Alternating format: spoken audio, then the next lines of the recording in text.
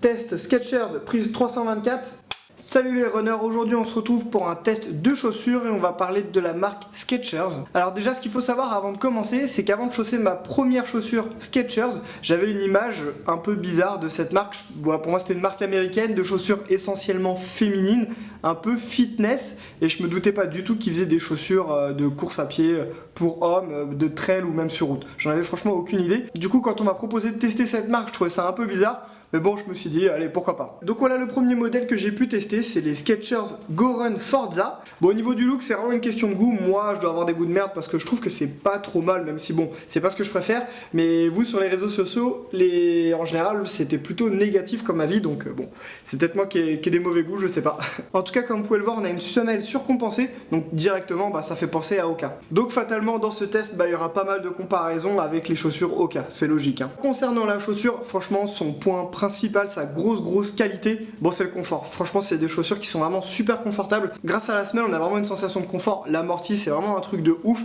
On a vraiment le pied qui vient s'enfoncer dans la semelle. Donc moi, je trouve ça super agréable. Après, il y en a peut-être qui aimeront pas. J'ai fait à peu près 200 km d'entraînement avec ces chaussures et surtout, j'ai fait l'ultramarin 177 km et j'ai eu 0 ampoule avec, 0 douleur au genou. Donc franchement, là-dessus, j'en suis super content du coup. Donc beaucoup de confort et surtout, grâce à la semelle, un très bon amorti. Donc pas de douleur au genou, malgré qu'il y avait pas mal de bitume. Du coup, le dynamisme de la chaussure, malgré tout, il est pas si dégueulasse que ça. Le rapport confort-dynamisme est vraiment bien géré, je trouve. Maintenant, c'est sûr que c'est pas la chaussure la plus dynamique qui renvoie le mieux l'énergie.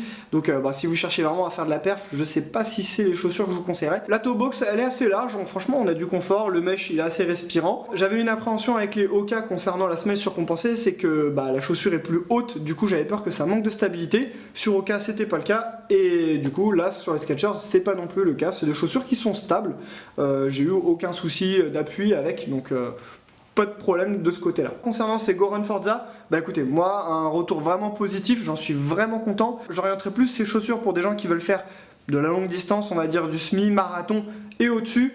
Je pense que pour du 10 km, c'est pas spécialement utile, ça manque de dynamisme quand même. Mais par contre, dès que vous allez avoir besoin d'amorti pour des courses longues, les genoux ils vont être fatigués, les articulations, tout ça, je pense que c'est des chaussures qui peuvent bien s'y prêter. La deuxième paire de chaussures que j'ai pu tester, c'est les Go Trail Ultra 3. Donc c'est celles avec lesquelles j'ai couru la diagonale des fous.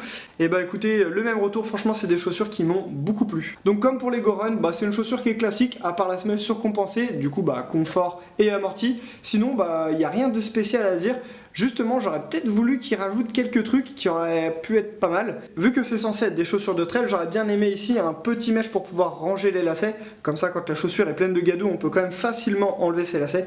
Là, il n'y a pas. Le seul petit truc que j'ai remarqué, c'est les deux petits trous qui sont ici qui vont servir à l'évacuation de l'eau. Au niveau de la semelle, la première fois que je les ai vus, franchement, ça inspire pas spécialement une bonne accroche. Et au final, dans la pratique, elle s'avère plutôt efficace. Concernant le pare-pierre, c'est quasiment le même que sur le modèle Go Run qui est fait pour la route. Là, on est quand même sur un modèle trail. Donc ça aurait été bien quelque chose de peut-être un peu plus résistant. Et surtout que, je sais pas si vous pouvez le voir, mais ici, ça commençait à se décoller.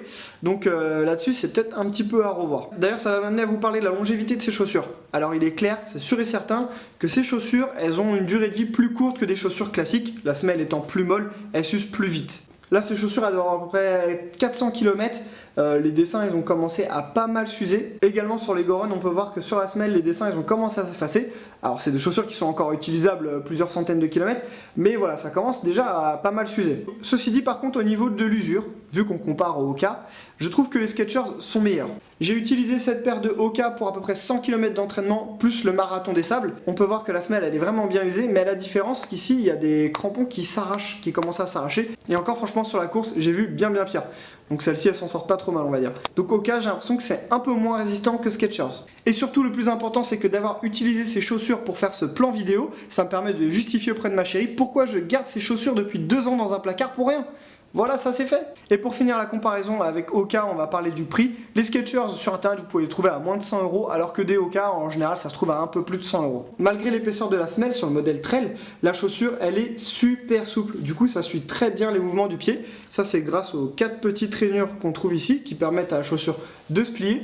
Et ce qui fait que dans les pierres, dans les chemins un peu en pente et tout, ça pose aucun problème, la chaussure elle suit très bien les mouvements. Et pour vous montrer la différence par rapport au modèle route, c'est que là on plie à peine la pointe du pied, donc elles sont beaucoup moins souples. Donc voilà, franchement ça a été une bonne surprise de découvrir cette marque. bah, j'ai été vraiment content de l'utiliser, donc celle-ci sur l'Ultramarine et celle-là sur la Diagonale des Fous. Et j'hésiterai pas franchement si j'ai l'occasion à réutiliser cette marque pour faire un ultra. Donc si vous cherchez des chaussures avec un bon confort et un bon amorti, n'hésitez pas à essayer Skechers. Et puis si vous en avez déjà utilisé, n'hésitez pas à me mettre en commentaire ce que vous en avez pensé. Un grand merci à Maison du Running, c'est eux qui m'ont permis de faire ces tests des Skechers. Si vous avez des questions, n'hésitez pas à me les envoyer. Sinon j'espère que cette vidéo elle vous a été utile. On se retrouve à très bientôt pour une prochaine vidéo. Ciao les amis!